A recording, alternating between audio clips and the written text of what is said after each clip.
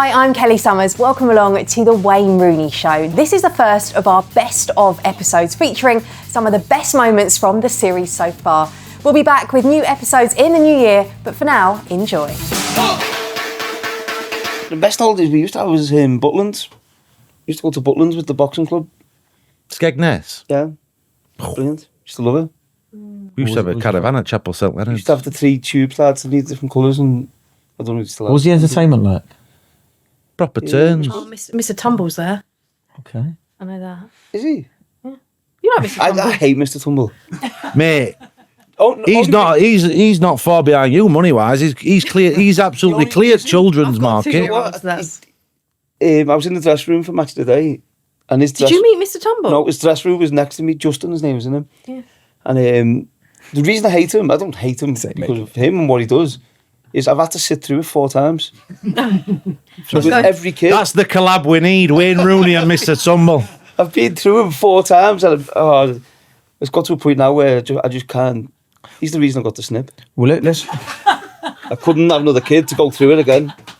Mr Tumble, that's your headline. Mr Tumble made me have the snip, Wayne Rooney. Let's go back to the football. No, stay on this. We're going to create viral moments here. I remember years ago I went to Phil Knight's retirement dinner, and it was surreal. I think I was 19, and I went with Ian Rush because Ian Rush was the first football player to wear Nike boots. So and I was like the young one up and coming, and then we got in there, and there was Michael Jordan, LeBron James. There was all the top athletes from Nike over the years. So I spoke to LeBron a little bit there. And then I think he was a year or 2 older than me. And then fast forward a couple of years, me and Coleen were in Las Vegas for our honeymoon. Which I know that's a bit strange, Vegas for a honeymoon, but... It doesn't surprise me, Wayne, funnily enough. If Wayne Rooney's going to go on holiday, I'm not surprised. Honeymoon, I'm not surprised it's Vegas. So then the US Olympic basketball team come into this bar where we was, and it was all cornered off and whatever, so they're all there, like Kobe Bryant was there, LeBron, all these like massive superstars. And I went over because I'd seen LeBron. It was in Portland, the Phil Knight do. So because I'd spoke to him a few times, seen him, I went over to say hello, and the security went, "Please step away from the table, sir." So I was like, okay. So I went to the toilet. So I come back and he see me and shouted me over. So we went over. But anyway, we took all pictures. I'll dig the pictures out for next time. Took all pictures with a few of the players and just pictures of me and Coleen in general throughout the night. And I don't know whether it was my fault or her fault, but every picture she had a straw stuck in her hair. So all the pictures are ruined, but no, it was a good evening anyway, that's for sure. That's not a good start to married life if you haven't... That's the one thing you need to do as a husband, Wayne. Make sure your wife looks good in the photos. That's your job. Well, I took it that night. It was, I think, we went to McDonald's. It was about 7 a.m. And as we're going, the McDonald's was closed, so you could only go through the drive-thru. So I actually... Did you walk through it? I was pushing it. It sounds a bit mad. I was pushing it in a shopping trolley. And so you've got a car in front... You've got me with Coleen in a shopping trolley and a car behind us, so we're going through the drive-thru with the shopping trolley. I'm going to guess you weren't sober at this point. Yeah, no, we had a boss night, so... and that was the only way we could get any food, so yeah. I played in the school game. Was it this year or last year? It was this year, I don't know whether it was this school year. It was me, Steve McManaman and Jagielka played against the teachers. Oh, and then the whole school stood around the pitch of that, and then you can feel there's an expectation of me to do stuff, and I actually dislocated one of the teacher's shoulders. But I think he was a sub teacher, I think, and he played. He was only young, and I think he worked at Man City, and he was going around and he was trying to smash everyone. It was the dads versus the teachers, and he's coming to me. I've just like shoulder badged him. Yeah. And he's gone down, he's got up his shoulders down there. So I felt really bad, but kids were buzzing. I was on the side, I couldn't really say, but he was like, "No, not that one, the biology teacher." Who's your favourite grudge match? He loved them all. No, I'd probably say the first couple of years at Man United against Arsenal, because it was... I arrived the year after the Vol attack Van Nistelrooy, and so for a couple of years there, that was, and there was you know, the pizza getting in front of Alex Ferguson, and there was a couple of scraps in the tunnel and stuff like that. So yeah, that couple of years was probably the best one.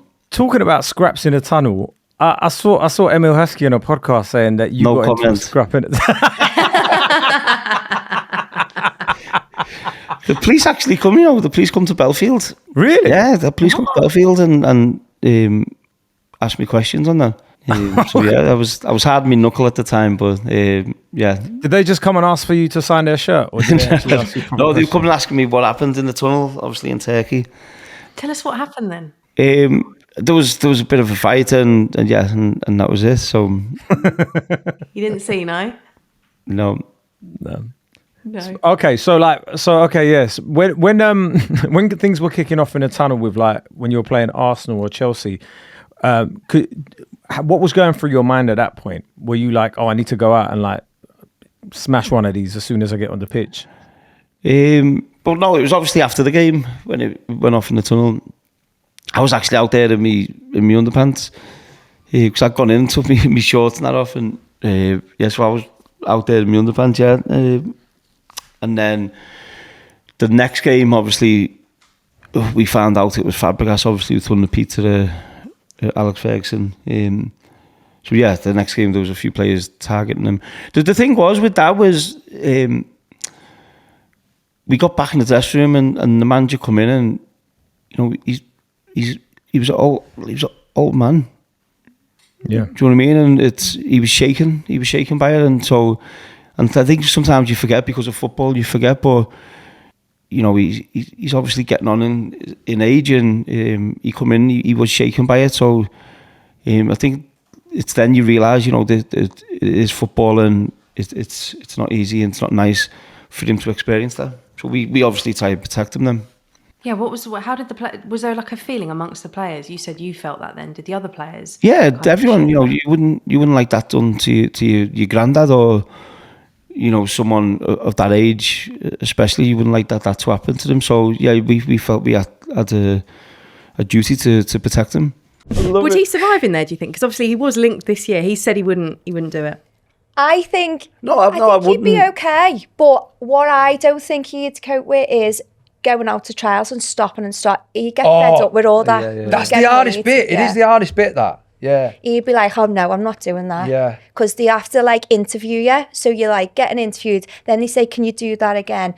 And it's all like where he hasn't really got the patience for that. He likes to just get things done. And you're knackered, you're hungry, you're starving.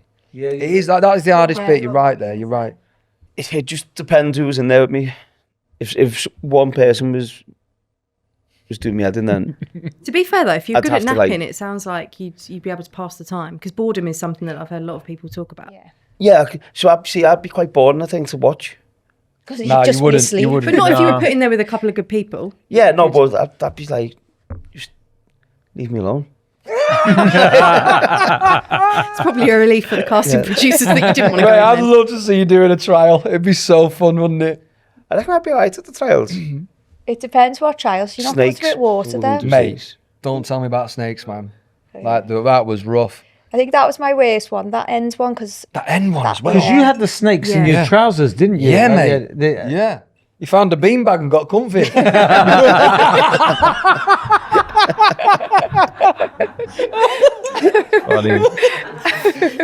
How many times have you told that joke since? I've not. It's the first one. Right, okay. I've heard a few things, but I haven't heard beanbag. No, that was sketchy though. That was because he was cold. Yeah. It was weird. Like, what was it you like? were scared when mate? Yes. Because you didn't look like it when on. Well, I was in there, right, and they'd taken all the other snakes out, and one had done a big dump next to my shoulder, so it stung. I was like, oh no, he's himself. And then so I'm in there still, and the ranger comes in and he opens the door. He goes, right, come on out now, and I'm going, mate, no, I can't. There's one in there, and he's like laughing, going, no, look right now. And he started pulling me out like that, and I was like, no, you know. And then I undid it, and he started pulling it out. It was massive. Go on, Wayne, explain it. No, so when I think I was 14, I signed a deal with Ford, and used to give me dad a Ford Galaxy. But I didn't realise that in the contract, when I passed my driving test, my first car had to be a Ford. So yeah. Nothing wrong with that. I had a nice purpley 4KA with a personalised number plate, and I always remember then, it was a few months later, I was driving a Ford and Coleen was in a BMW X5. What was that realization like? I bet you were going through like, I'm going to get a Mercedes, I'm going to get a BMW, and then your agent comes out and goes, actually, Paul. Yeah, no, listen, it was a nice car. I actually upgraded it after a couple of months to a 4KA convertible as well. So. Yeah. I never thought this was something we'd have in common, Wayne. My first car was a Ford KA. Was it? Yeah. Yeah, so... as well. I changed. Mine was a Ford Fiesta, so looks like we've all got the same. The same taste. The difference is that was a wicked Ford K, and we had no choice. Listen, when you're that age, you pass your drive test, you just want to drive any car. So I don't think. Did you pass first time, Wayne? I passed me. Yeah, I had 3 lessons. 3 lessons in your driving test. Yeah. What? I've never heard anyone do that. I'm pretty sure the fella who took me test was an Everton fan. Oh, okay. So you couldn't actually drive, but you had a driving licence. So yeah, no, I could drive. It was okay. Talking about boxing, at my wedding, you know the story with Joe Calzaghe. Yeah. What have you done? So I was looking after Joe at the time. Okay. And so Joe came to the wedding. Wayne's there, of course. Yeah. And we've had a few drinks. you know what's coming now. He offers Joe Calzaghe out. So he says, I'm stood there talking to them both. And he goes, all right, Joe. Hi, Wayne. Good to have you. I said, I'm looking, I think, you're joking me. So on my wedding day. So he's going to say, don't, just calm down. I just want to do a bit of shadow boxing with him. So we go out. And we go onto the green outside where we're. This is still at your wedding? In the middle of my wedding. So we go out. We go out, and I said to Joe, just like Joe's going, yeah, don't worry, it's nothing. So he goes out. First thing, so Joe's just sort of stood there, easing. To the ribs. That's bad enough saying it. Oh, you. That's far, but That's bad enough saying it to any boxer, let alone someone that went undefeated there. Yeah, exactly. That's to me. I seen him. He was a bit vulnerable. He'd had a few drinks. I might give him his first defeat. I'm thinking Joe's gonna react. As a fighter, he never reacts to stuff like that, but he only just challenged the greatest fighter Britain's ever produced. You know what I mean? Fantastic. No, it was good. But that's Wayne, eh? It is. He's lively, and he's even more lively if he's had a pint. Oh, yeah. as most men are, to be honest. To be fair, we're all the same. We're all children who have never really grown up. It's a busy old week, isn't it? I actually loved the last week of the transfer window. I particularly loved this transfer window in general. It's felt like we've had loads of drama. But we thought we could rewind the clock back and reminisce on a certain transfer. One of the biggest in Manchester United's history, some could say, Kay, when Wayne Rooney signed for Manchester United. Do you know you're saying as if you'd kind of forgot it ever happened. Yeah. No, do you know what was the funniest thing about that was? It was sort of it was rumoured that it was happening anyway throughout the whole summer after the Euros. But it was on deadline day that it randomly happened. But I was glued to the TV that whole day just watching it and seeing like different footage and Wayne going into to United with his crutches on and stuff as well. So it was just like every 2 minutes you're just like looking at it, waiting for another update. It wasn't like now where you've got like 13 journalists reporting on like every aspect of it. So it was like you tried to get everything you could. But what was that actually like going through it, Wayne? Do you know what? I was quite chilled. I was, at the time, there was a lot of press trying to follow me around and stuff. So I was actually staying in Coleen's uncle's in Liverpool with Coleen. And the night before deadline day, we sat in, we had the Chinese, had a few glasses of wine. You really were chilled. And then I actually had no clothes there. So the jumper that I signed for Manchester United in was Coleen's cousin's jumper. So, so yeah, it shows how prepared I was for it. What we all want to know is what was on that Chinese order as well, though, Wayne. I don't know. It probably will have been like salt and pepper chicken wings, salt and pepper chips. Oh no, chips from a Chinese! I don't get it. Why? Go to a chippy, go and get fish and chips if you want chips. Yeah, but they're not the Chinese chips. How come it got left so late though? It was just rumbled on, and I think, if I'm being honest, I think Alex Ferguson wanted to wait another year. And then Newcastle kept coming in, and I would have went to Newcastle if United didn't sign me then.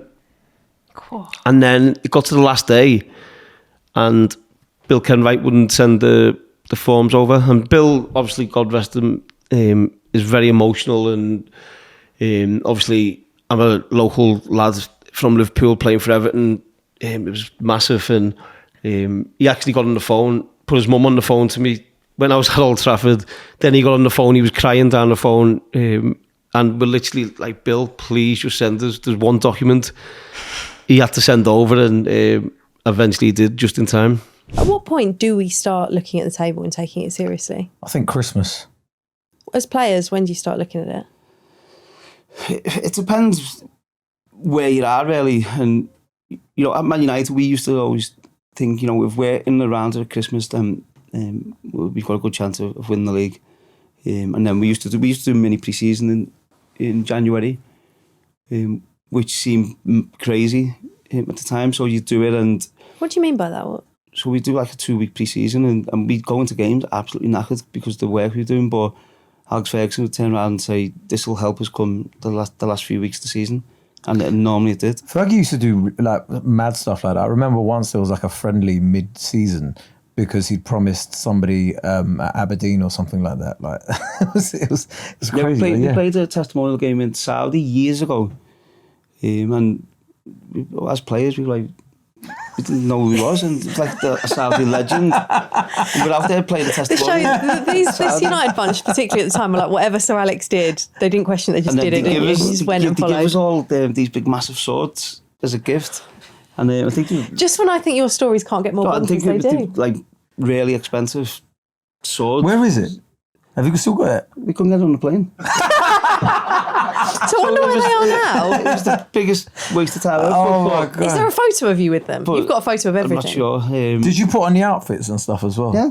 Oh, well, there's got to be a photo these photos, man. Wayne's got a photo of everything. We've had Coleen in a shopping trolley. We've got to have a photo of that. And then I've got the one on my phone there of me and Rio, actually. With that. Oh, wow. I would have thought your voice go that high. I've seen Wayne Rooney. None of us could get our swords back. Alex Ferguson was the only one who got it back. I didn't think I'd start this podcast in here. I didn't get my swords back. Okay, well, let's move on, because Wayne, you've mentioned it a few times. You are in Korea. You played in midfield, which is a headline in itself, I think. But how's your trip been, and how was the game? Yeah, it's been great. We've had some funny days. What day are we on now? It's Sunday night. I think you're in the early... Oh, hold on, what time is it? Yeah, so I'm Monday morning. I'm like 3:30 Monday morning now. But commitment. So yesterday before the game, Ji-sung Park played for us, and so he took us out in the morning to a Korean karaoke. So there was me, Carrick, Schweinsteiger, Vidic, and Ji-sung Park. We sat in this little room, and they played the song, and the actual singer of the song come in and was singing it to us, and it was so awkward. like what were you meant to do? And then the second one, put the second song on, the singer of that one come on, and he was very extravagant, and there was a song called Honey Honey, which he changed to Rooney Rooney. Very good. So yeah, it was very awkward. And then the day before, Ji-sung Park again took us out for some Korean food for lunch, and to all try some Korean school uniform on, which was quite strange. I had so many questions about those photos, because people have seen them doing the rounds on social media. Kay, I imagine you've seen them as well. Yeah, I saw one where you had your hand up in the air like that, and you were looking to the sky. It was so awkward and cringy. And do you know what? I think just for Ji-sung Park, we all done it. We love them that much. We all said, okay, we'll just do it. And we all knew how cringy and how bad it looked. Why school uniform? Why was Rio tiptoeing? Yeah, sorry, we've got so many questions. We're firing them at you. I don't know. Well, I didn't put the trousers on. I said I'll put the shirt and the jacket and the tie on. You didn't tuck your shirt in, I noticed, after talking about shirts last week. Because I went for the naughty schoolboy look. Ah, okay, yeah. That's what, so I went for that look. I actually got up years ago on stage with 50 Cent at the MEN. Years ago. You're joking. Yeah. That's it. I played a festival with him in Glasgow this summer. Oh, actually, I think you mentioned that. Yeah, Yeah, I got up, yeah. I think I was about 18 or something. He's 50 now, you know. 50 Cent. I played a festival in Glasgow this year. I was on the same stage as him. And I'd never seen an entourage like it. Yeah. And it was that hot. So we had like this. There's his mate there. I know it's not Biggie, but he's got a mate, massive. They call him Biggie. I see one of his security guards. He was big enough, like, but they had like this. You've probably been backstage at festivals and that. Normally, like, they have like a big hut for all the artists who are on like the main stage, but then the headliner has their own compound, like dead close to the stage. But it was like July, sweating, and next thing, I just keep seeing all these people running around and stealing fans. And we had this like 2 big blow fans for the community, and one of them got wheeled out, and I was like, "Where's all the fans going, mate?" Like we're hot, and he was like, 50 Cent requested every fan on site." And there was this. I think about the people, not the actual fans. Well, yeah, there was a young lad, bless him. He was like, I think he was like the one getting the pressure to get the fans, and he was just like knocking on doors. "Any fans in here, mate?" You know what I mean? And it was mad. I can't wait to be that big one day, hopefully, that I can demand all the fans. Well, I had backstage at Glastonbury. We stayed in Wan Lakes. Oh, yeah. So we stayed at Wan Lakes, and then when we went over, so I can't remember who was on, Coldplay were on. And walking around, I was desperate for the toilet. And I think, oh man. So I've gone in the toilet, the toilet at Glastonbury, absolutely horrendous, the worst I've ever seen. And then, anyway, I got speaking to Marcus Mumford. Oh, yeah. So I went back into the artist area, right next to the pyramid stage. And I've only got my own Winnebago there, which I had no idea. So I seen one with Rooney on. I was like, who's that? I thought, that's yours. This is on the last day as well. So it'd been there the whole weekend? I've been there the whole weekend, yeah. And I had no idea. I've been squatting down in the toilet. Even I'm an artist and I had to dig tunnels to get into that bit, you know what I mean? I had to, honestly, I was going down the toilets, getting lost everywhere. I had my own one there. And like with a dead nice toilet as well, and aircon and all of that, yeah. Well, what did you do on stage with 50? Yeah, can we go back to that? I want to go back to that. What song? No, they asked would they go. Was it just you? No. How does this come about? So they just asked would we go on stage, and he'll just Who's we? say there was me and Rio. Oh, okay. They asked would we go on stage, so we're obviously thinking he's just gonna say, oh, we've got Man United players and whatever. So anyway, we've got to, yeah, no problem. I think we both had a few drinks as well. So we got to the stage. So before we've gone on, they give us a mic each. I'm thinking, what's happening here? So then, as we're walking on, 50 Cent walked off. So we're just on the stage, me and Rio, like, what is that? What's going on here? So like, Did you sing? So then I've just gone, oh, you know what? Doesn't matter. So I've gone to the front and I've just gone, you know.